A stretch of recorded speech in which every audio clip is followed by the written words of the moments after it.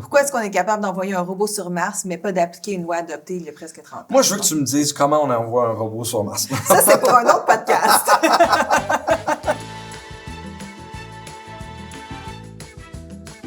Salut, moi c'est Farah Libé, ingénieure en aérospatiale. Éric Gingras, président de la CSQ.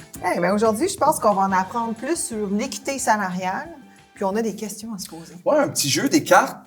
Faut commencer par celle du milieu qui s'adresse à nous deux. À nous deux? OK, on y va. Vas-y. On peut envoyer un robot à 400 millions de kilomètres d'ici, en effet, mais on n'aura toujours pas réussi à faire en sorte que les métiers majoritairement féminins sont rémunérés autant que ceux masculins. Quand même triste, c'est une question, mais en même temps une affirmation. Ouais.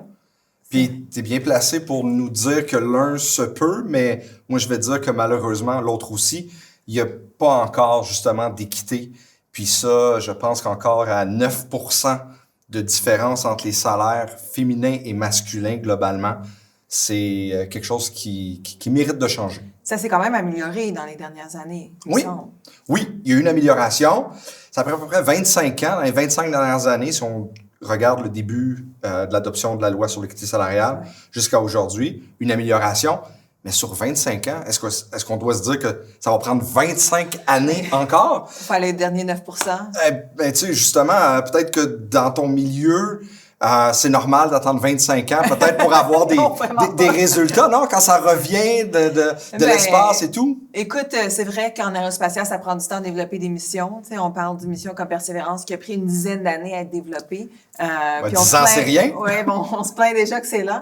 Mais pourquoi est-ce que tu penses que, dans le fond, la technologie avance plus rapidement que le changement social? Je pense que c'est ça, exactement. La technologie a peut-être moins de barrières, je vais dire comme ça, alors que ça va un peu au gré des politiques, des décisions sociales, des enjeux financiers aussi, parce que ça reste que c'est du salaire, puis ça coûte quelque chose, mais c'est quand même malheureux. Puis je dois dire, triste pour une société aussi avancée que la nôtre, d'avoir encore des différences entre hommes et femmes ou emplois féminins, masculins. Bien justement, j'allais te poser ma prochaine question, parce que ça va dans la même direction. Okay. Est-ce que tu pourrais nous expliquer c'est quoi la différence entre l'égalité salariale et l'équité salariale?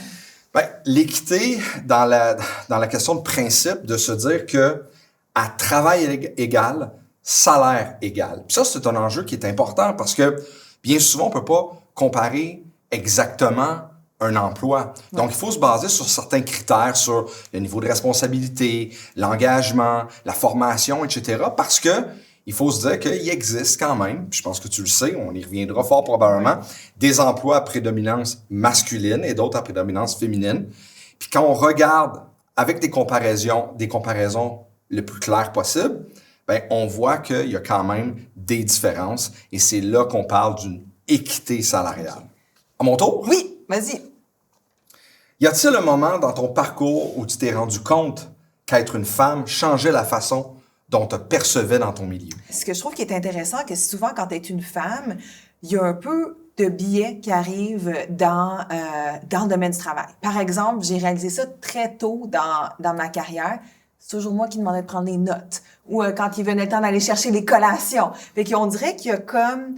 Dans notre société, on s'attend que les femmes fassent certaines choses et on dirait que des fois, on a tendance à plus demander aux femmes. Par exemple, les notes sont comme « Ouais, mais c'est parce que t'es bonne pour prendre les notes. » Je suis comme « Ouais, mais c'est pas vraiment ma job. Si on se partage ça, on voit ça, c'est un fardeau de plus que les femmes ont à faire. » Et je le vois aussi dans le domaine universitaire, quand on vient à devenir professeur et de devenir professeur permanent. C'est très connu, en fait, que souvent les femmes sont demandées à en amener plus quand ça en vient des contributions à la société, à participer dans des comités. On exige plus. Oui, mais c'est comme où les choses qu'elles amènent, justement, d'être dans un comité, organiser une conférence, on dirait que ça, on leur donne moins de valeur que peut-être écrire un papier scientifique. Ça, c'est intéressant parce que tu te retrouves dans un domaine masculin, mais même encore là, il y a des tâches peut-être un peu plus féminines à laquelle on accorde moins de valeur. Absolument, donc, ça, absolument.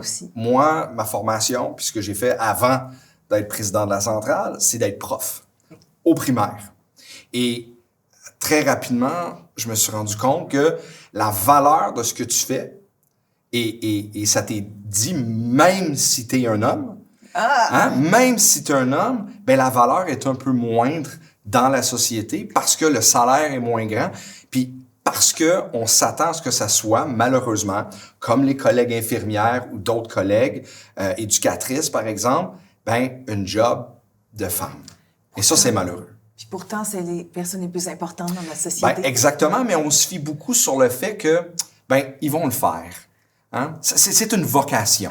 Alors que c'est pas ça du tout. Puis l'équité salariale, c'est un peu ça que ça vient nous dire aussi. Ça vient nous dire que, ben, on reconnaît réellement ce que je fais. C'est comme si, historiquement, d'où ils viennent, tous les emplois là, qu'on dit du care, du prendre soin, on voit vraiment qu'il y a une notion d'importance dans la société, mais que ça doit être fait parce que c'est une vocation, parce que les gens ont ça comme valeur. Mais ça dépasse ça, un emploi. Un emploi, c'est aussi pour pour être capable de fonctionner dans la société, puis d'avoir un salaire. T'occuper de ta famille. T'occuper de ta famille, de faire tout ça, et pas juste de dire que, ben, ça va avec tes valeurs, donc c'est normal peut que être tu... les deux. Ben, exactement. Donc, Moi, ma job, c'est ça. J'adore ce que je fais, mais je suis bien contente qu'ils payent aussi. Prochaine question? c'est à moi? Vas-y. Je vais y aller.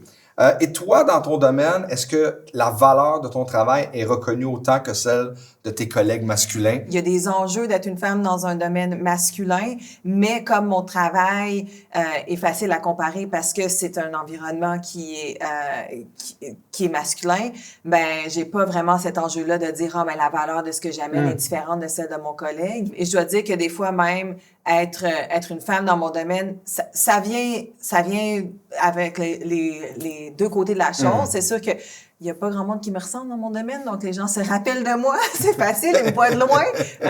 C'est rare que les gens m'oublient. Mais c'est vrai qu'il y a une chose qui a été très difficile pour moi quand j'ai commencé dans ce domaine-là, c'est que quand tu es une minorité, tu as souvent moins de mentors, tu as souvent moins d'aide, parce que les gens ont tendance, encore là, ils ont tendance à se reconnaître dans la personne en face d'eux. Donc, des fois, ils ont tendance à s'aider un peu plus s'ils se disent « Ah, toi, tu me rappelles, moi, quand j'étais plus jeune. » Donc, ça m'a pris du temps de trouver ma place, de trouver des mentors féminins racisés qui m'ont aidé dans ma carrière, qui m'ont aidé à passer par mes embûches. Fait qu'une fois que tu as fait ta place, c'est plus simple, mais encore fallait-il la faire aussi. Oui, c'est un peu ça que j'essaie de faire de mon côté de la chose. C'est dans ces métiers-là où il y a moins de femmes, ben, j'essaie de faire de la place pour ces diversités-là, pour justement que ça devienne un peu plus équitable. Ben, c'est ce qu'il faut faire, mais puis malheureusement, ben, il y en a justement qui vont pas réussir à faire leur place pour plein de raisons, puis peut-être qu'ils auraient été justement très bonnes pour pouvoir le faire, puis malheureusement, il faut enlever ces obstacles-là pour leur permettre de le faire, puis c'est un peu ça que tu dis. Oui, puis je pense que c'est aussi ça dans certains métiers peut-être plus masculins, on pense pas aux besoins qui est peut-être différent d'une femme d'un homme, par exemple. Là, dans mon domaine, ben, au début, on n'avait même pas de congé maternité ou de comprendre que dans la société, c'est encore souvent les femmes qui s'occupent des enfants. Comment est-ce qu'on adapte le travail pour qu'on offre la flexibilité? C'est aussi peut-être qu'on a des parents qui veulent être à la maison avec leurs enfants. Puis traditionnellement, on avait comme l'homme qui travaillait, la femme à la maison. Là, la société change. Ça aide tout le monde, dans le fond, d'avoir la flexibilité, d'offrir une balance de vie. Mais il a fallu se battre aussi pour justement avoir ces conditions-là pour les femmes, même dans des professions, des métiers prédominance féminine, parce que on considérait ça moins important. On disait, va à la maison, tu reviendras après, mais je te conserve, je garde pas les éléments qui sont importants comme ton niveau de salaire, et ça, c'est sûr que avec le temps, il y a eu des batailles qui ont été menées par les femmes, alors que maintenant, ça a avancé. Il faut quand même dire qu'il y a eu une évolution. Maintenant, on reconnaît l'apport des femmes dans le monde du travail. Mais à ce moment-là, il n'y a pas si longtemps de ça, quand même, on reconnaissait pas cet apport-là. Maintenant, c'est un apport qui est indéniable.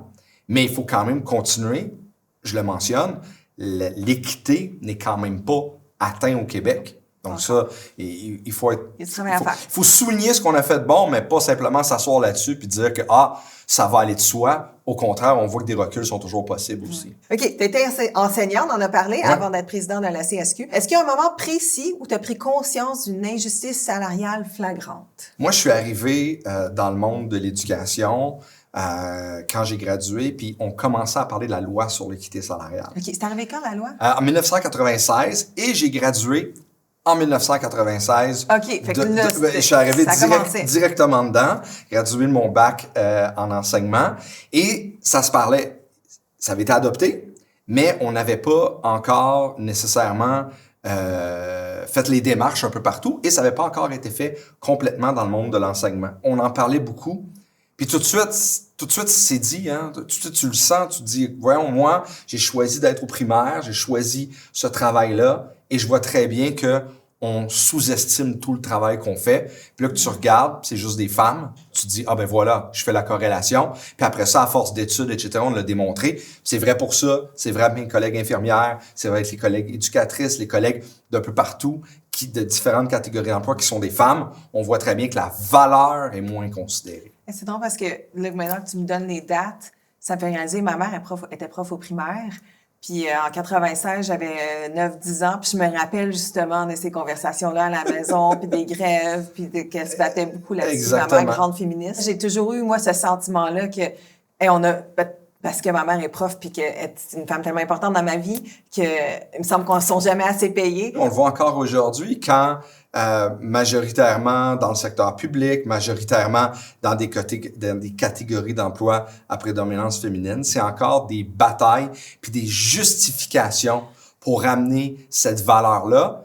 Et de bien souvent, ça se dit encore aujourd'hui, des gens qui disent « Oui, oui, mais en même temps, tu le fais parce que t'aimes ça. » Ben oui, je le fais parce que j'aime ça, mais je peux avoir le salaire qui va aussi parce que j'aime ça. Puis oui, puis essaie de passer une journée avec 25 enfants debout toute la journée. Absolument, absolument. Certains te diraient même qu'il y a des fois 4, 5, 6 enfants, c'est du travail c'est assez, aussi. Oui. Pourquoi l'équité salariale devrait concerner tout le monde, peu importe son genre ou son secteur? C'est important pour la société d'avoir cette équité-là, puis ça aide tout le monde, dans le fond. Si les salaires sont plus équitables, si on n'a pas tout le temps à se battre pour avoir ses droits, il semble que ça aide la société en général. Bien, absolument. Puis, il n'y a pas personne qui travaille en vase clos, qui vit en vase clos. C'est important justement pour les hommes aussi de voir qu'autour d'eux, il y a des femmes, que ce soit leurs filles, leurs enfants, donc leurs parents, les gens, leurs amis autour d'eux. C'est fun de savoir que ces gens-là sont reconnus dans la société. Il n'y a rien de négatif par rapport à atteindre l'équité salariale, mis à part peut-être le fait de certaines personnes qui disent que ça va coûter cher.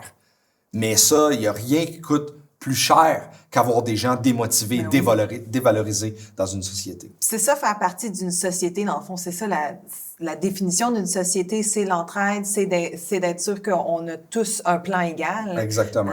Je pense que c'est ça nos valeurs au Québec aussi. Oui, puis après ça, il y aura toujours des emplois qui seront mieux rémunérés que d'autres, pour toutes sortes de raisons. Mais le fait que la raison, ça soit parce que tu es une femme, ça fonctionne pas. Ça fonctionne juste pas. Ouais. Tu t'es déjà fait décourager de devenir ingénieur parce que c'est un métier d'homme. Comment tu as transformé ce doute en moteur? Oui, en fait, ce qui s'est passé, moi, c'était, j'avais 17 ans, puis la conseillère en carrière, moi, j'avais comme décidé que je voulais être ingénieure déjà, fait que je viens la voir, puis j'étais comme, OK, j'aimerais ça être ingénieure. Mon backup, c'était d'aller en médecine. Parce que je pense qu'en tant que femme, tu sais, justement, souvent encouragée par la société dans les plus dans le côté caring, Exactement. dans le côté. Fait que il y avait toujours ça comme aller en médecine, c'est ce qu'on s'attend peut-être quand t'as des bonnes notes, tu sais. Mais j'aimais pas la biologie, fait que c'était pas vraiment un backup. J'aurais jamais réussi en médecine, ça a aucun sens. Fait que j'arrive là, je lui dis je vais être ingénieure. Puis elle me dit, écoute, c'est parce que ça, c'est un métier d'homme. Tu vas avoir de la misère. Puis elle avait pas tort, là. C'est sûr que, tu sais, ce qu'elle voulait m'avertir que, justement, on en a parlé, faire notre place dans un domaine où on est une minorité, ça peut être très difficile. Tu vas avoir à te battre. Mais quand tu dis ça à une enfant de 17 ans, ben ça peut te démotiver. Ou dans mon cas, je suis très têtue. Fait que j'étais comme... Je vais te montrer, moi. Fait que c'est vraiment ça. Le fait que je me rappelle d'elle, elle doit même pas se rappeler qu'elle m'a dit ça.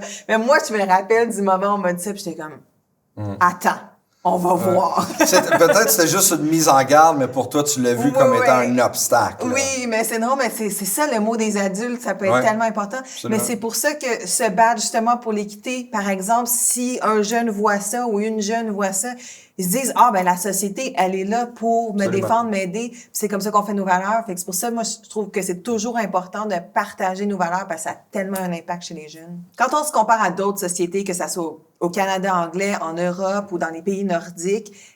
Est-ce que le Québec fait bonne figure? Oui, je pense que c'est quelque chose qu'il faut dire, qu'il y a quand même quelque chose de positif avec des lois progressistes comme ça. D'ailleurs, le Québec, par l'entremise de la SNES, a gagné un prix de l'Organisation des Nations Unies en 2021 pour cette loi-là. Mais une fois que j'ai dit ça, je pense qu'on peut toujours faire mieux.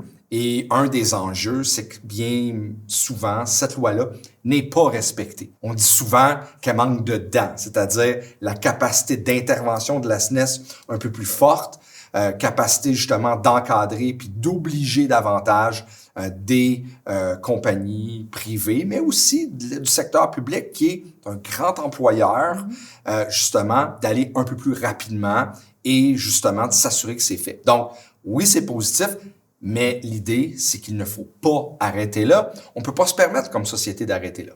Est-ce qu'il y a des exemples dans d'autres pays où il y a comme l'implémentation de lois comme ça qui ont bien fonctionné, qu'on essaie d'utiliser ici? Ben non, parce que le fonctionnement est complètement différent, ne serait-ce que la province versus le pays. Donc ça, c'est important qu'il y ait un enjeu. Puis bien souvent, des pays, notamment européens, où on s'attendrait à ce que ces lois-là soient mis de l'avant, sont pas encore là. Donc, quand même, faut le dire, le Québec, en Occident, puis même en Amérique, fait un peu leader, idée d'assumer un certain leadership là-dedans. Mais comme je dis, le danger, c'est de prendre toutes ces belles affaires-là, puis de se dire, ben voilà. Comme je le dis souvent, ça a pris quand même 25-30 ans pour nous rendre jusque-là. Dis-moi pas 96, ça fait 25-30 ans déjà. Ben ouais, ça c'est le côté négatif de se dire ça présentement, mais on peut pas se dire on va en attendre un autre 30 ans. Dans le fond, il y a de quoi être fier, mais pour garder cette fierté-là, il faut continuer à travailler puis être les leaders. Ben je pense que c'est exactement ça. C'est une fierté pour moi, ça se maintient. Oui. Le jour où on atteindra l'équité salariale, qu'est-ce que ça dira du Québec qu'on veut construire?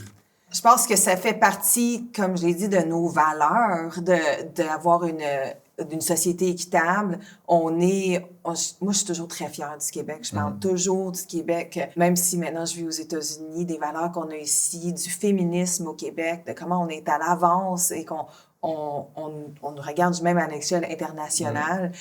Donc, je pense que on va vivre à la hauteur de notre image. Puis bien souvent, si tu atteins ça, il y a plein d'autres choses que tu atteins autour. Oui. Et donc, ça veut dire qu'on aura laissé tomber personne ou le moins de gens possible. Je pense que ça va dire ça du Québec qu'on veut construire. On s'occupe de notre monde. Et voilà. On parle souvent des effets économiques des écarts salariaux, mais on parle moins de leurs effets humains. Quels sont les aspects humains du manque d'équité salariale dans nos milieux? Ça, c'est trop souvent mis de côté. Trop souvent, on n'en parle pas de ça. Il y a un aspect de valorisation, un aspect de confiance, un aspect qu'on se sent important, puis on sent que ce qu'on fait a une valeur, pas juste pour soi, mais dans la société. Puis ça, c'est trop souvent mis de côté parce que ça amène des pressions, une dévalorisation, puis bien souvent, qu'est-ce que ça fait? Ben, ça fait qu'on change d'emploi. Ça fait que finalement, on a des problèmes de santé mentale parce que on se met cette pression-là de vouloir montrer ce qu'on est capable de faire. Mais la société... On n'est pas valorisé. Et voilà. Puis la société, tu seras jamais capable d'atteindre ce que tu aimerais parce que la société ne le reconnaît pas indépendamment de ce que tu fais. C'est vraiment une reconnaissance globale de qui on est comme travailleuse que de reconnaître qu'il y a un enjeu d'équité puis qu'il faut combler ça. Est-ce que c'est plus difficile de comprendre l'astrophysique ou de faire appliquer la loi sur l'équité salariale? Écoute, mes connaissances en astrophysique sont très, très limitées. Alors, j'aurais tendance à te dire que c'est les connaissances en astrophysique. Mais mes connaissances de la loi sur l'équité salariale et le fait que j'ai des collègues qui attendent justement d'atteindre cette équité-là, d'avoir tous ces aspects-là au jeu depuis de nombreuses années, puis je vois comment dans certaines catégories d'emploi, c'est difficilement atteignable. Je me dis que ça doit se ressembler un peu, mais je vais me pied sur ta réponse. Non, mais je pense que je suis d'accord. C'est des enjeux complètement différents. Je pense que l'astrophysique, ça devrait être plus difficile, comprendre l'astrophysique, mais on a besoin vraiment de ces changements de société. Ce qui est fou, c'est que c'est possible. On peut tous faire notre part pour changer ça. peux pas faire ça en astrophysique, mais... Non, je te le confirme, non. Mais changer une société au complet, ça prend du temps. Je te laisse le mot de la fin avec ça. Merci.